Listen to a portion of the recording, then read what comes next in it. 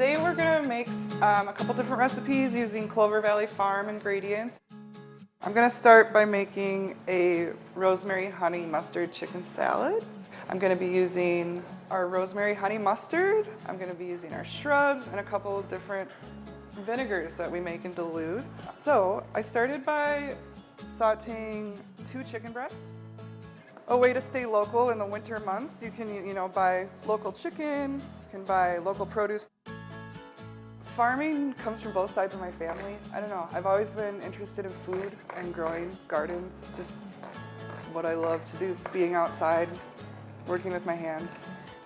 Looks like 4 or 5 celery sticks. I like to split them down the middle.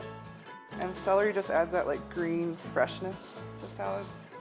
Grab a tongs or use your clean hands if you're at home.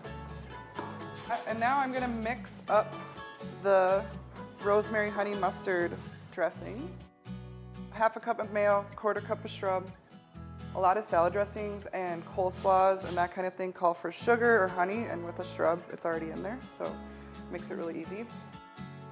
We make everything from scratch, and we grow all the ingredients on the farm as well. So at Clover Valley Farm, we grow apples, rhubarb, currants, we wild harvest spruce tips, we wild harvest June berries, anything we can find in the area.